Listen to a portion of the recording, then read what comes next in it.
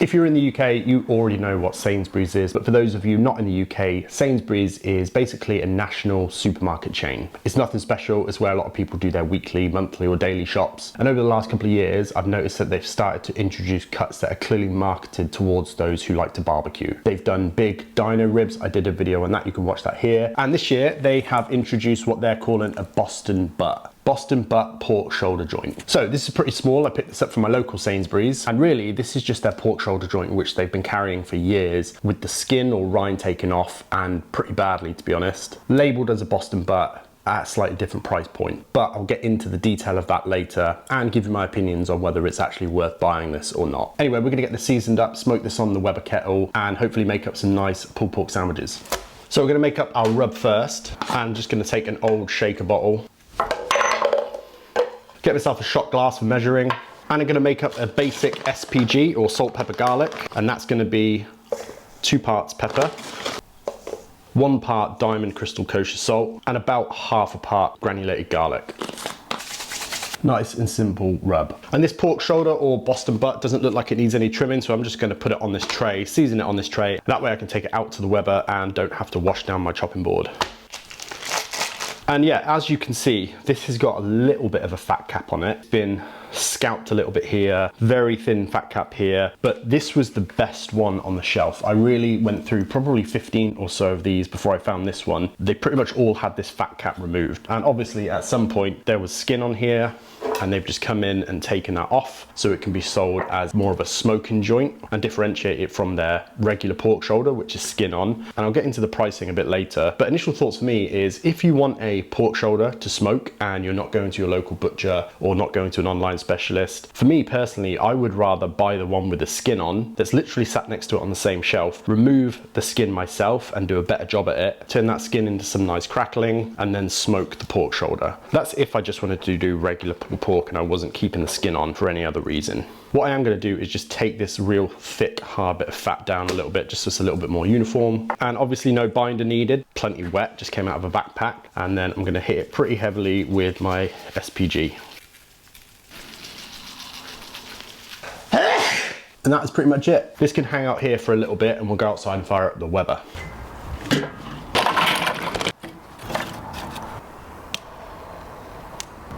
Got some hickory chunks here, which I'm going to throw in for some smoke. So that looks to me like enough charcoal has caught, so I'm going to chuck on some of this hickory wood. Get some there as well. Then we're going to go on with our pork butt and close that up before that wood catches. Open these vents up probably about halfway, and then to monitor the temps, I'm going to be using my Chef's Temp S1.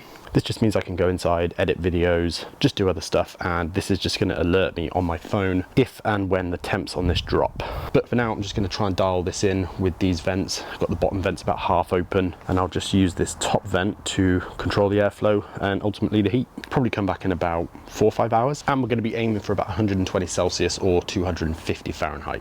So we are about 5 hours into this cook-ish, maybe 4, and I've got a really nice consistent bark on this, which is good. The fat cap isn't completely rendered, but it's definitely starting to render. One piece of wood is definitely burnt down. Our second piece is just starting up. Color on this is looking good, and we will wrap this at some point. I think this was a kind of lean piece of pork shoulder, so I want to keep as much of those rendered fats and juices in as possible, so we'll wrap it to finish it. But this bark doesn't look completely fully set yet. It is in some places, but definitely not up here. Internal temperature wise, this is at 155, so I'm not going to wrap this until it hits around 170-ish, maybe a little bit earlier depending on how the fat cap's looking in terms of the amount of render, but generally we're still a little way off. So pop the lid back down, happy with the amount of charcoal and smoke that's still coming out, so lid back on, keep cooking around 250-ish. Right, so pretty much 6.5 hours after this went on, we've been holding steady around 240 to 250. This pork shoulder is looking good. It's got a really nice little bark on it, and the fat cap is nice and squidgy, fully rendered. That's what we want. Internal temp is 177 Fahrenheit. So dry bark over that 170. We'll take this inside and wrap it up. Super simple, 2 pieces of foil. Back out onto the Weber. Still haven't topped this charcoal up, so going well. Keep cooking until it's probe tender. 8 hours on the dot. Didn't even need to top up my charcoal. Super tender, Pretty much no resistance, well over 200 Fahrenheit. But the most important thing is that lack of resistance. So we're going to take this inside and just let it rest, probably for an hour or so. So a couple of hours later, this pork shoulder or Boston butt has rested down to an internal temperature of 145 degrees Fahrenheit, which means it's rested down enough and is also going to be easy enough to handle. So you're going to break this open, break it down into pulled pork, give it a taste and make up a sandwich. So really all we're looking for in this is to have some good flavour from the pork and for it to also not be too lean. And it wasn't the fattiest looking piece of meat, but it also didn't look overly lean, so I've got high hopes. So let's see how this Sainsbury's Boston butt pulls. Ooh, definitely nice and juicy. Yeah, try not to break it apart too much so you can see the kind of internal structure and how much fat is in there. This light never really helps too much. But yeah, there's that fat cap, nice and rendered down, a nice and yellow color, just super sticky, fully rendered. All the individual muscles there looking good. I'm gonna break this up a little bit, try and make sure that bark's nice and evenly distributed. Looks like a nice pile of pulled pork. Give it a taste. It's good. Nothing crazy going on with the pork flavors, just typical supermarket meat. Nice fat content, well seasoned, well smoked. Got that classic kettle taste going on. Good flavor from that hickory wood, but definitely needs a season. So I'm just gonna hit this with some just regular table salt. No matter how much you salt the outside, it will never get all the way into the center. Always salt your pulled pork. Very good.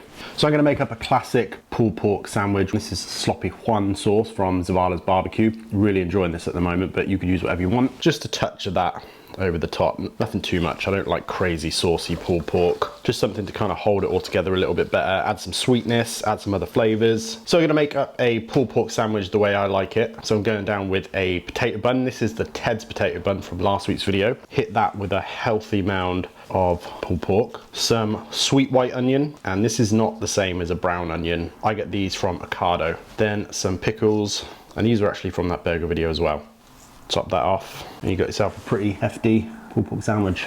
So before I get into eating this delicious looking pulled pork sandwich, which I'm actually excited about, it looks very good, I want to touch on whether I would actually go out and buy this. And I know Sainsbury's are hoping that people will see it in store and they'll think, oh, a Boston butt, that's what people on YouTube use. That's the cut that the Americans refer to when they're talking about pulled pork. But this really just is their standard regular pork shoulder that they carry all year round. But the skin has been removed, as I said, badly. They've taken half the fat cap with it and they're charging you for the pleasure of that. So as it currently stands, the regular pork shoulder at Sainsbury's is £3.70 per kilo. Comes with the skin on, very, very good. The Boston butt, however, is the same product, the shoulder, but they've removed the skin and they're charging you £4.50 a kilo. So for me personally, first off, I'm probably not buying my pork shoulders from Sainsbury's, but if I am, I'm definitely gonna go for the one that's cheaper that comes with the skin on. I'm pretty comfortable taking skin off meat and making sure that I leave a nice fat cap on there. That's what I want if I'm making pulled pork, and I'll just use that skin to make crackling. Really, really good stuff. Or you could do what I did in this video, which is to make whole hog style pulled pork with the skin on. That is even better. But yeah, I'm definitely not gonna go and spend 80p more per kilo to have something because it's labeled Boston butt. So for me personally, I definitely wouldn't recommend this product, but it was a fun video and